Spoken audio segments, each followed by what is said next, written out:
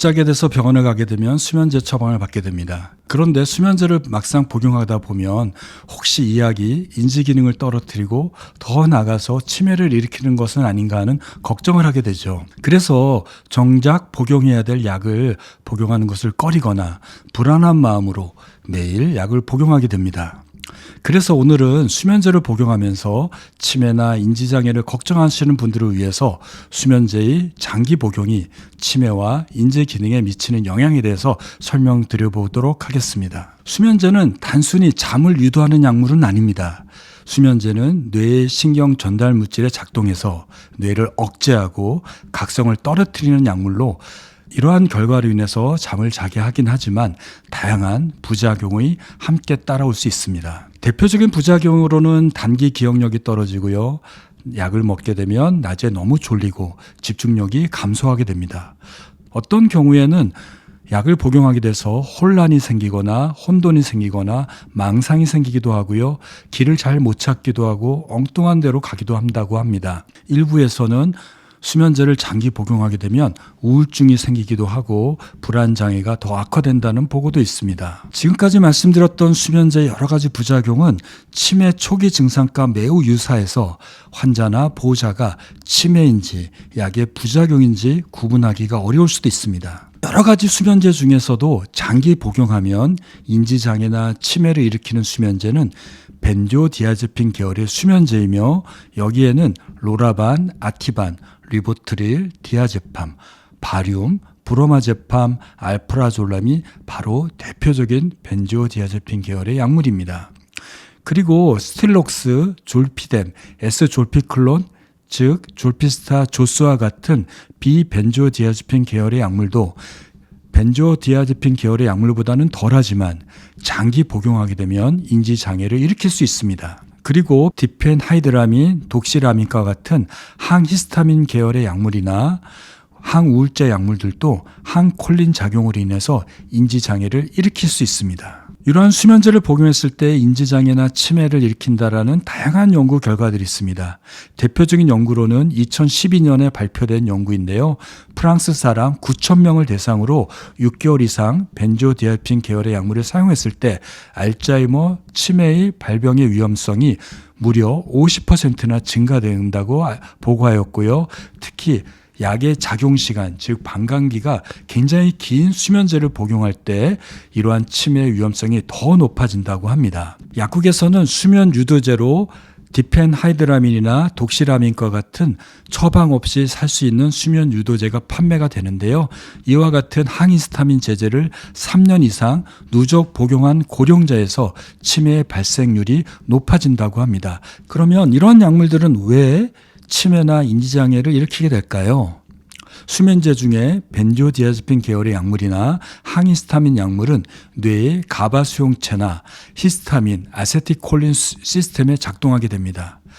이러한 물질들은 잠을 조절하는 효과도 나타나게 되지만 인지 기능이나 기억력을 높이거나 조절하는 데 관련되는 뇌 회로에 작동하게 됩니다. 그러니 이러한 회로를 억제하거나 이런 회로를 막게 되면 인지장애가 당연히 따라올 수밖에 없는 겁니다. 그래서 이런 약물을 초기에 복용하게 되면 잠도 쉽게 들고 수면 유도가 잘 나타나게 되지만 오래 복용하게 되면 인지 기능이 조금씩 나빠져서 결국 치매에 다다르게 되는 겁니다. 치매 위험성이 높은 수면제를 좀 알아보도록 하겠습니다. 지금부터 말씀드린 약물을 최소한 한 달 이상 복용하게 되면 치매 위험성, 인지장애가 나타날 위험성이 높아진다고 합니다.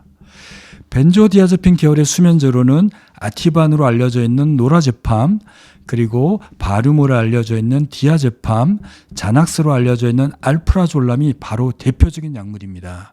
이러한 약물들은 뇌를 억제하는 가바 수용체에 작용해서 마음을 진정하고 수면을 유도하게 됩니다. 이러한 약물들은 단기 사용할 땐 효과가 좋지만 장기 복용하게 되면 기억력 저하, 혼돈, 낙상의 위험성이 높아지게 됩니다. 이러한 약물은 내가 자는 동안에만 작동해서 잠만 쉽게 들면 좋겠는데 약효가 20시간, 30시간, 40시간 속 지속되게 된다면 낮에도 약의 효과가 지속됨으로써 뇌가 깨어서 활발하게 집중력을 일으키고 인지 기능을 하는 것들이 약물에 의해서 억제됨으로써 뇌 기능이 점차 나빠지게 될 수밖에 없는 겁니다. 특히 젊은 사람보다 65세 이상의 고령층에서 이러한 벤조디아제핀 계열의 약물을 장기 복용하게 되면 치매 위험성은 무려 1.5배나 2배 정도 증가시킨다고 하니 매우 주의가 필요합니다. 졸피뎀 스틸록스 외에도 S조필클론 제제인 졸피스타, 조스도 여기에 해당되고요.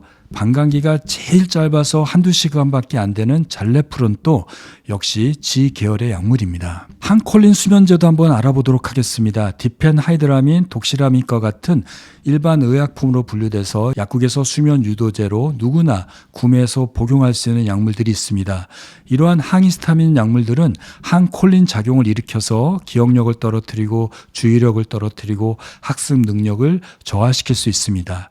그러면 반대로 비교적 치매를 일으키지 않고 인지 기능을 일으키지 않는 수면제를 좀 알아볼까요? 첫 번째는 멜라토닌입니다. 멜라토닌은 생체 시계를 조절하는 호르몬이지만 의존성이나 기억력 저하를 일으키지도 않고요.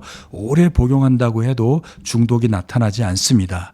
도리어 멜라토닌은 몸의 염증을 없애는 항산화 작용이 있고 신경 보호 작용이 있어서 노화도 예방하고 암도 예방하고 우리 몸의 면역력을 높여주는 효과를 나타낸다고 합니다. 치매에 도움이 되는 멜라토닌은 작용시간이 6, 7시간 되는 서방용 멜라토닌, 즉 병원에서 처방되는 멜라토닌이 고령자에서 불면증 치료에 더 효과가 좋고 치매 예방에 조금 더 도움이 될 수 있습니다. 두 번째로 복용해도 치매를 일으키지 않는 약물로는 독세핀을 들 수 있습니다. 사이레놀로 알려져 있고 3mg, 6mg가 출시되어져 있습니다.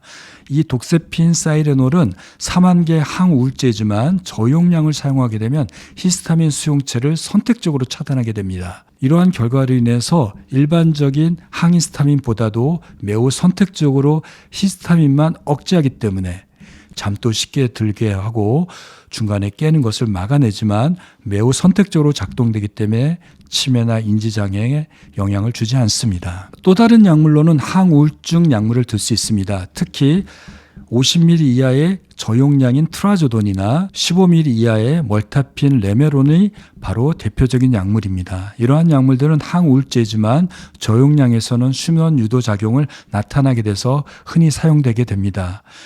항히스타민 제제나 다른 항우울제 약물에 비해서 항콜린 작용이 상대적으로 매우 약하다고 알려져 있습니다. 따라서 인지 기능에 미치는 영향이 비교적 적습니다. 하지만 이런 약물도 용량이 높거나 오래 복용하게 되면 앉았다 일어날 때 어지러운 기립성 저혈압, 낮 시간에 약간 졸리는 문제를 초래할 수 있으니 주의가 필요합니다. 수면제를 복용할 때 여러분들이 꼭 기억할 것이 있습니다.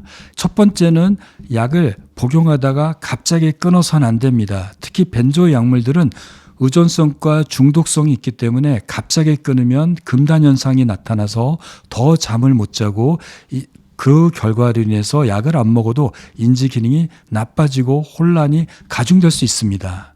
만약 두 번째는 만약에 2주 이상 수면제를 복용했다면 반드시 담당 전문의, 특히 수면 전문의와 상담을 통해서 약을 복용하는 기간에 대한 계획을 세우고 향후에 약을 끊는 계획을 잡으셔서 약을 복용하시면 좋을 것 같습니다. 지금 복용하는 약물을 빨리 줄이고 끊고 싶다면 좋은 수면 습관을 먼저 여러분들의 몸에 체득하시기 바랍니다. 수면제는 잘 사용하면 우리의 수면을 개선하고 좋은 잠을 만드는 데 핵심적인 역할을 하게 됩니다. 하지만 무심코 그리고 습관적으로 장기 복용하게 되면 오히려 치매를 일으키는 뇌 건강에 매우 해로운 결과를 초래할 수 있습니다. 약의 도움이 필요할 때는 반드시 수면 전문의와 상담을 통해서 안전한 약제를 선택하고 치료 기간 언제까지 복용할지에 대한 전략을 짜시기 바랍니다.